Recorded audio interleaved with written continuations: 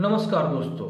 राम मनोहर लोहिया जन्म 23 मार्च 1910 अकबरपुर फैजाबाद, स्वर्गवास 12 अक्टूबर 1967 नई दिल्ली। स्वतंत्रता सेनानी और राजनेता राम मनोहर लोहिया एक स्वतंत्रता सेनानी, प्रखर समाजवादी और सम्मानित राजनीतिज्ञ थे। राम मनोहर ने हमेशा सत्य का अनुकरण किया और आज़ादी की लड़ाई में अद्भुत काम किया। भारत की राजनीति में स्वतंत्रता आंदोलन के दौरान और उसके बाद ऐसे कोई नेता आए जिन्होंने अपने दम पर राजनीति का रुख बदल दिया। उन्हीं नेताओं में एक थे राम मनोहर लोहिया। वे अपने प्रखर देशभक्ति और तेजस्वी समाजवादी विचारों के लिए जाने जाते हैं और इन्हीं गुणों के कारण अपने समर्थकों के साथ साथ उन्होंने अपने विरोधियों से भी बहुत सम्मान हासिल किया। दोस्तों, राम मनोहर लोहिया का जन्म 23 मार्च 1910 को उत्तर प्रदेश के अकबरपुरा में हुआ था। उनकी माँ एक शिक्षिका थी। जब वे बहुत छोटे थे तभी उनकी माँ का निधन हो गया था।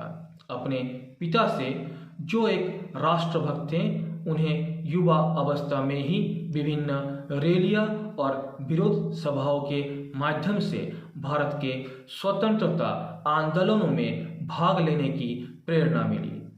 दोस्तों, उनके जीवन में नया मोड़ तब आया जब एक बार उनके पिता, जो महात्मा गांधी के घनिष्ठ अनुयायी थे, गांधी से मिलाने के लिए राम मनोहर को अपने साथ लेकर गए। राम मनोहर गांधी के व्यक्तित्व और सोच से बहुत प्रेरित हुए तथा जीवन पर्यंत गांधी जी के आदर्श का समर्थन किया। वर्ष 1921 में वे पंडित जवाहरलाल नेहरू से पहली बार मिले और कुछ वर्षों तक उनकी देखरेख में कार्य करते रहे, लेकिन बाद में उन्हें दोनों के बीच विभिन्न मुद्दे और राजनीतिक सिद्धांतों को लेकर टकराव हो गया। 18 साल की उम्र में वर्ष 1928 में युवा लोहिया ने ब्रिटिश सरकार द्वारा गठित साइमन कमीशन का विरोध करने के लिए प्रदर्शन का आयोजन किया। उन्होंने अपनी मैट्रिक परीक्षा प्रथम श्रेणी में पास करने के बाद इंटरमीडिएट में दाखिला बनारस हिंदू विश्वविद्यालय में कराया। उसके बाद उन्होंने वर्ष 1929 में कलकत्ता विश्वविद्यालय से अपनी स्नातक की पढ़ाई पूरी की और पीएचडी करने के लिए बर्लिन विश्वविद्यालय जर्मनी चले गए, जहां से उन्होंने वर्ष 1932 में इसे पूरा किया। वहां उन्होंने शीघ्र ही जर्मन भाषा सीख लिया और उनको उत्कृष्ट शैक्षणिक प्रदर्शन के लिए वित्तीय सहायता भी मिली। दोस्तों, राम मनोहर की जो विचारधारा थी वो इस प्रकार रहा। लोहिया ने हमेशा भारत की आधिकारिक भाषा के रूप में अंग्रेजी से अधिक हिंदी को प्राथमिकता दी। उनका विश्वास था कि अंग्रेजी शिक्षित और अशिक्षित जनता के बीच दूरी पैदा कर सकती है। वे कहते थे कि हिंदी के उपयोग से एकता की भावना और नए राष्ट्र के निर्माण से संबंधित विचारों को बढ़ावा मिलेगा। वे जात पात के घोर विरोधी थे। उन्होंने जाति व्यवस्था के विरोध में सुझाव दिया कि रोटी और बेटी के माध्यम से इसे समाप्त किया जा सकता है। वे कहते थे कि सभी जाति के लोग एक साथ मिलकर जुलकर खाना खाएं और उच्च वर्ग के लोग निम्न जाति की लड़कियों से अपना बच्चों की शादी करें। इसी प्रकार उन्होंने अपने यूनाइटेड सोशलिस्ट पार्टी में उच्च पदों के लिए हुए चुनाव के टिकट निम्न जाति के उम्मीदवारों को दिया और उन्हें प्रोत्साहन भी दिया। वे ये भी चाहते थे कि बेहतर सरकारी स्कूल की स्थापना हो जो सभी को शिक्षा के समान अवसर प्रदान कर सके। और दोस्तों, भारतीय स्वतंत्रता आंदोलन में इनका जो योगदान रहा वो इस प्रकार है। स्वतंत्रता आंदोलन में भाग लेने की उनकी बचपन से ही प्रबल इच्छा थी, जो बड़े होने पर भी खत्म नहीं हुई।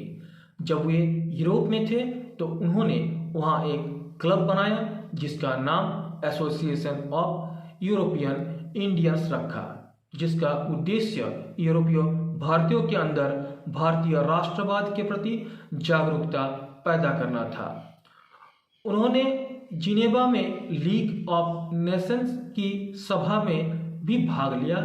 यद्यपि भारत का प्रतिनिधित्व ब्रिटिश राज्य के सहयोगी के रूप में बीकानेर के महाराजा द्वारा किया गया था, परंतु लोहिया इसके अपवाद थे। उन्होंने दर्शक गैलरी से विरोध प्रदर्शन शुरू किया और बाद में अपने विरोध के कारण को स्पष्ट करने के लिए उन्होंने समाचार पत्र और पत्रिकाओं के संपादकों को कई पत्र लिखे। इस पूरी घटना ने रातों रात राम मनोहर लोहिया को भारत में एक सुपरस्टार बना दिया।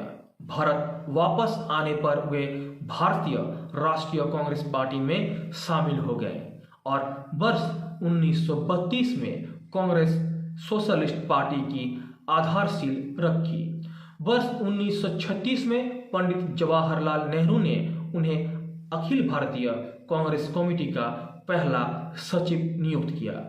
24 मई 1939 को लोहिया की उत्तेजक बयान देने और देशवासियों से सरकारी संस्थाओं का बहिष्कार करने के लिए पहली बार गिरफ्तार किया गया, पर युवाओं के विद्रोह के डर से उन्हें अगले ही दिन रिहा कर दिया गया।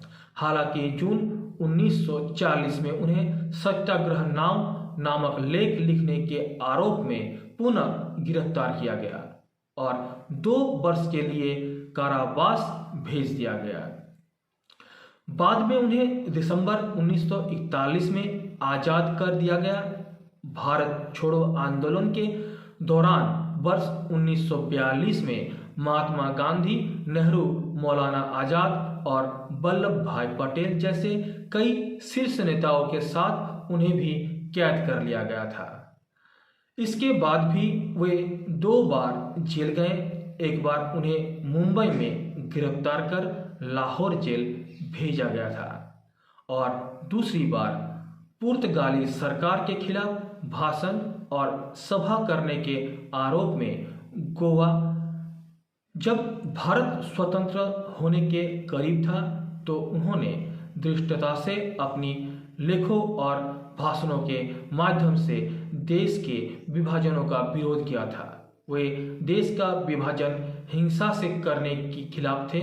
आज़ादी के दिन जब सभी नेता 15 अगस्त 1947 को दिल्ली में इकट्ठे हुए थे, उस समय वे भारत के अवांछित विभाजन के प्रभाव के शोक की वजह से अपने गुरु महात्मा गांधी के साथ दिल्ली से बाहर थे।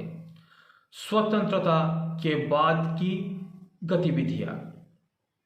आज़ादी के बाद भी वे राष्ट्र के पुनर्निर्माण के लिए एक स्वतंत्रता सेनानी के रूप में ही अपना योगदान देते रहे। उन्होंने आम जनता और निजी भागीदारों से अपील की कि वे कुओं, नहरों और सड़कों का निर्माण कर राष्ट्र के पुनर्निर्माण के लिए योगदान में भाग लें। 3 आना 15 आना के माध्यम से राम मनोहर लोहिया ने प्रधानमंत्री जवाहरलाल नेहरू पर होने वाले खर्च की राशि एक दिन में 25,000 रुपये के खिलाफ आवाज उठाई, जो आज भी चर्चित है। उस समय भारत की अधिकांश जनता की एक दिन की आमदनी मात्र 3 आना थी, जबकि भारत के योजना आयोग के आंकड़े के अनुसार प्रति व्यक्ति औसत आय 15 आना था। लेकिन उन मुद्दों को उठाया जो लंबे समय से राष्ट्र की सफलता में बाधा उत्पन्न कर रहे थे। उन्होंने अपने भाषण और लेखन के माध्यम से जागरूकता पैदा करने, अमीर गरीब की खाई, जातिगत असमानताओं और स्त्री पुरुष असमानताओं को दूर करने का प्रयास किया।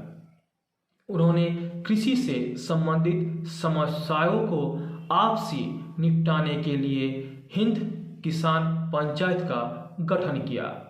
वे सरकार की केंद्रीकृत योजना को जनता के हाथों में देकर अधिक शक्ति प्रदान करने के पक्षधर थे।